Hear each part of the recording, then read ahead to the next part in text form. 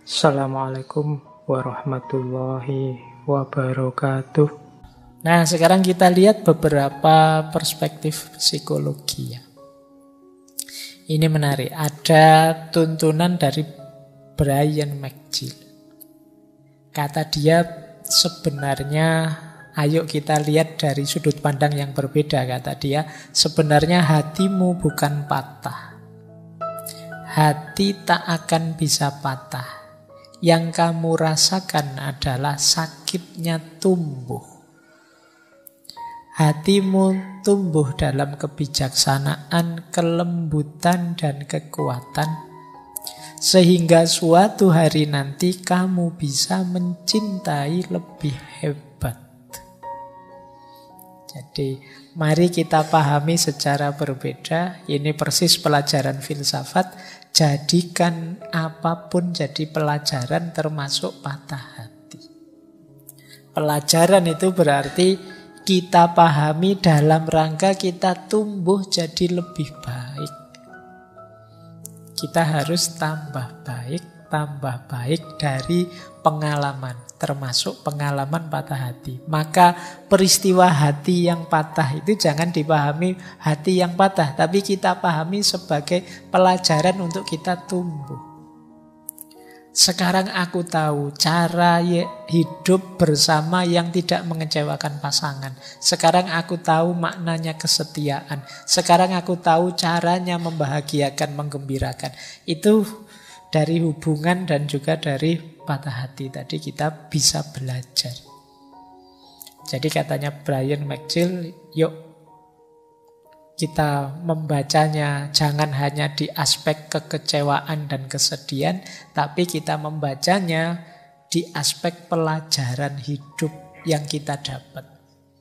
Tambah banyak pengalaman, tambah matang kita menyikapi hidup ini. Nah, ini yang sulit diperoleh kalau hanya dari buku. Perlu kita dapat dari pengalaman. Jadi ini pelajaran menurut saya jadi strategi untuk kita biar tidak terjebak di situ-situ terus.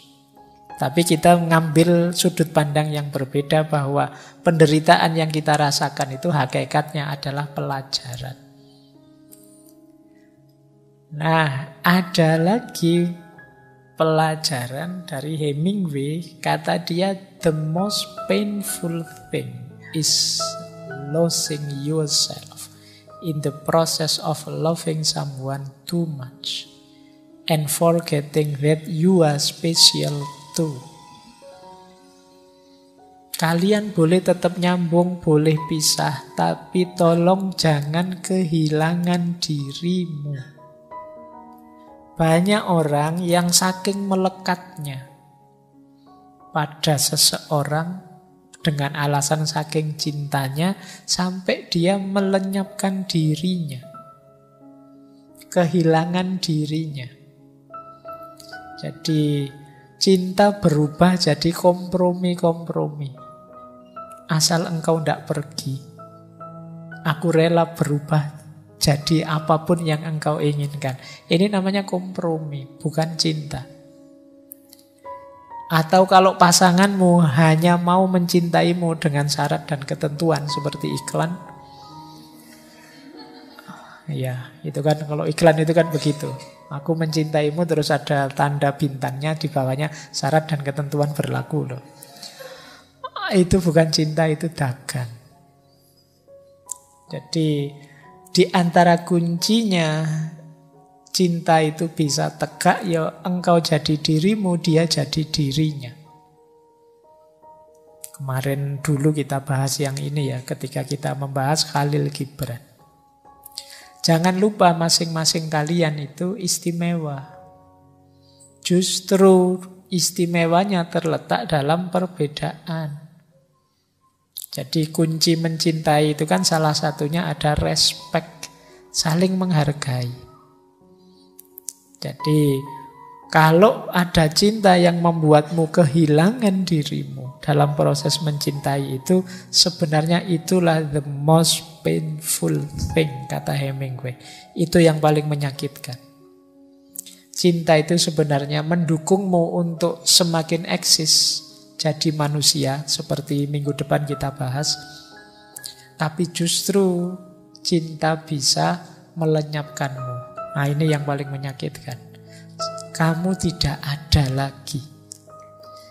Kamu memasrahkan dirimu sepenuhnya pada yang engkau cintai, sesuai keinginannya, sesuai perintahnya, sesuai kehendaknya, ya selesai, kamu kehilangan dirimu. Dan sebenarnya itulah yang paling perlu disesali.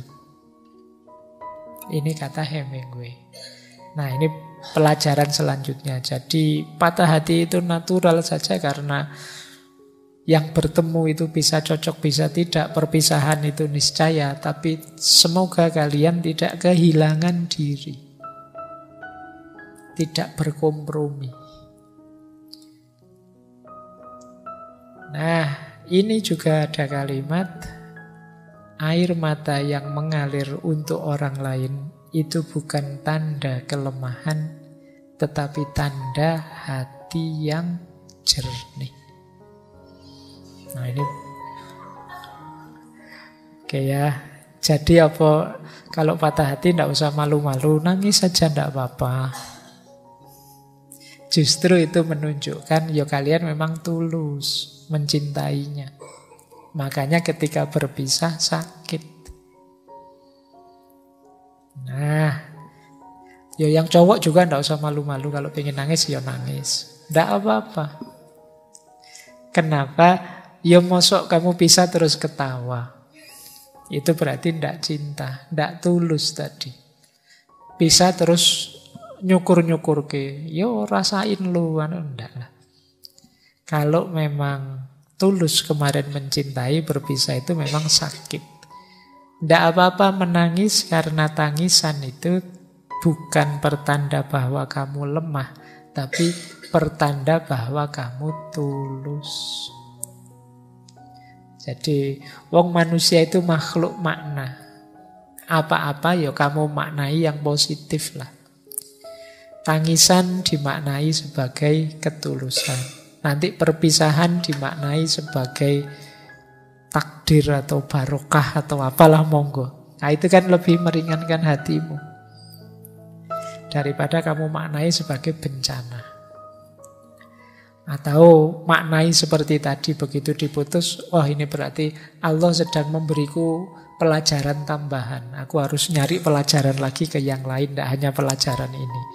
Nah, itu lebih meringankan. Jadi ini quotes yang ini mengajarkan kita untuk memberi makna yang positif saja. Baik. Nah, ternyata kata Josh Harris ini yang tadi punya quote sebelumnya, ada yang lebih menyakitkan dibandingkan patah hati. Waiting hurts, forgetting hurts, but not knowing which decision to take can sometimes be the most painful.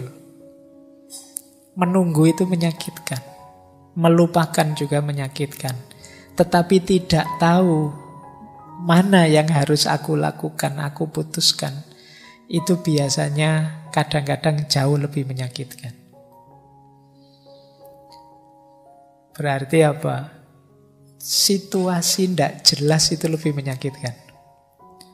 Kamu itu masih cinta padaku apa pingin pisah?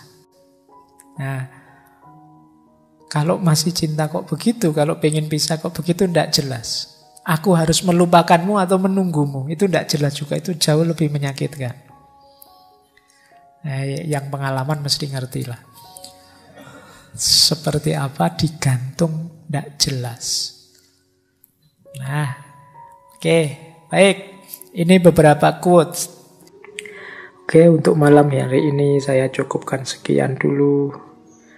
Mohon maaf kalau ada yang kurang berkenan, mungkin 1-2 kekurangan apa, mohon dimaklumi. Kalau ada kekhilafan, kealpaan yang teman-teman ngerti benernya seperti apa, ya silahkan disampaikan. Kurang lebihnya mohon maaf. Wallahul muwaffiq, wallahu a'lam bissawab. Wassalamualaikum warahmatullahi wabarakatuh.